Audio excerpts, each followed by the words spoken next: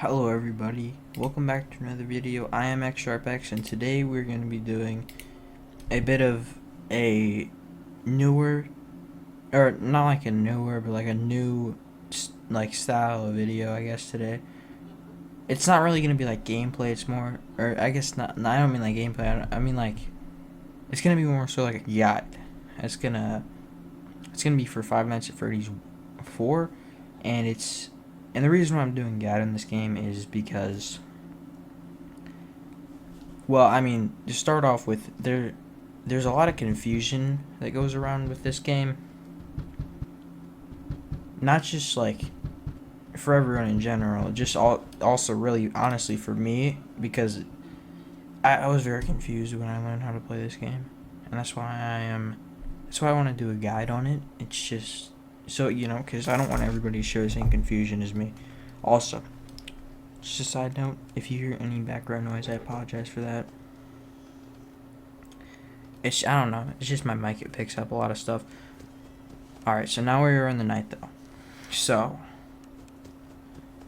one thing I do want to start off mentioning is the times. So you don't have to really worry about any animatronics until around 2 a.m. on the first night. And also, every night is around 6 minutes. That's just kind of a helpful tip. But I wouldn't really focus on the time, I'd more so focus on the gameplay. Alright, so there's the closet. I'm going to explain this right now. You do not really have to worry about this. It's, at least on night 1, it's more so just about Foxy. He doesn't really appear on this night though. And also, just there, I just went to the bed. So what you're going to do is you're just going to want to, for the bed, you're just going to want to use your flashlight and just keep it there on night 1. And if, just like make sure there isn't any of they're like small Freddy looking things. They're called Freddles. And you're just going to want to just hold your flashlight there. If there's none there, then that's good. But if there is some there, just, make sure you use your flashlight to keep them on. Alright, now, so on the doors. This is probably going to be the most challenging part of the entire game. And you're probably like, what about on like night 5? Still, the doors are the most challenging part. Because it's just like, the doors are very confusing. And the main reason why, it's not really necessarily confusing, it's honestly just like, if you just know how to use them, it's not really confusing. It's just one quick tip I want to mention about the doors. A couple tips about them. Do not shut any doors unless you hear breathing, because if you do, then immediately after you're shutting them, whatever animatronic corresponds to each door, which Bonnie appears on the left, and Sheik appears on the right. If you shut it and there's no breathing, they are going to appear there after you shut it, and they're just going to stay there. I do not know if there's any way to get rid of them. I think there is a possibility that if you hold the door after you like drag them there for a bit, then they might go away.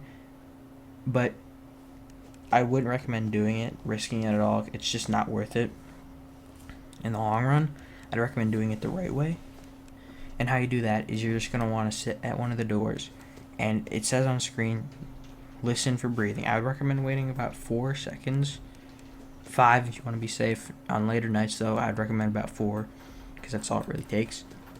And breathing, it's going to, I'd recommend like trying to find the sound or something online, or just like listening for it in your gameplay. And it's just kind of like a wind sound, just like it breaks the silence. It's also very muffled, so I'd recommend keeping your volume up to around like 75 to 100%, because that's really what it takes to hear it. And especially if you don't want to die, because really, if you're hearing everything, then if you don't make a single mistake and you hear everything perfect, the game's actually pretty easy. Okay, so right there, I did hear breathing. I don't know if you could hear it over my voice or anything, or if it was just too muffled or anything. There was kind of a sound of breathing. And one thing I do want to mention though is you won't really have to worry about any animatronics until you hear footsteps. And when you hear footsteps, sometimes if you have good headphones, you can hear like what side the footsteps are on, but you don't really have to worry about them until you start hearing footsteps. But I'd still recommend looking for them anyway. It's just a safe thing to do. And we're going to talk about how we're going to deal with animatronics on each hall. So I've already kind of explained Freddy. Just he's not really going to be. He's probably going to be the easiest or the least of your problems, because it only takes like 2 seconds to get rid of him.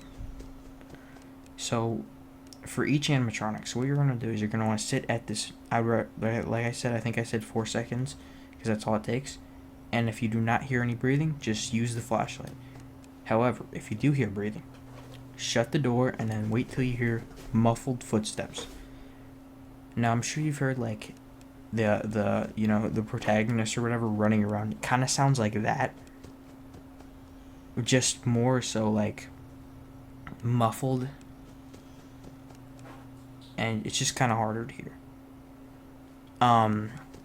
What you're gonna want to do, if you're just gonna wait there for about like 3, maybe 4 seconds, and when you hear that footsteps walking away, you're safe to open the door. And I would also recommend using the flashlight, just because on like later nights you can encounter multiple animatronics in the same hall.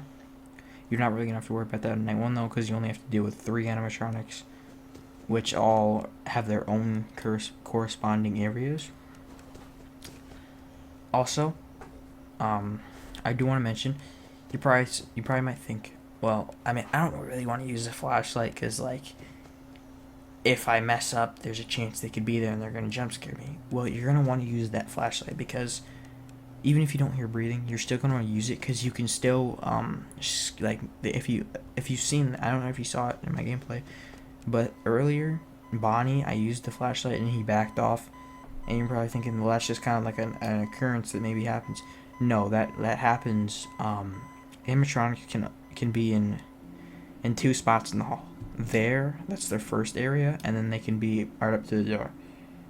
Now, when they're there, you can push them back, and they will go all the way back to. I said it's kind of like 3 stages to the animatronics. The stage where they're not visible at all in the hall, and there's a stage where they're visible, and then there's a stage where they're at the door. If you use a flashlight on them when they're in stage 1, or I guess stage 2, you'd say, they can go back to stage 1 and not be dangerous at all.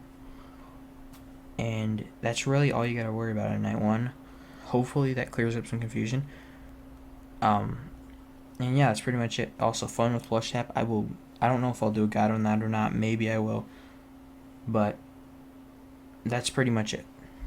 Thank you guys for watching, and goodbye.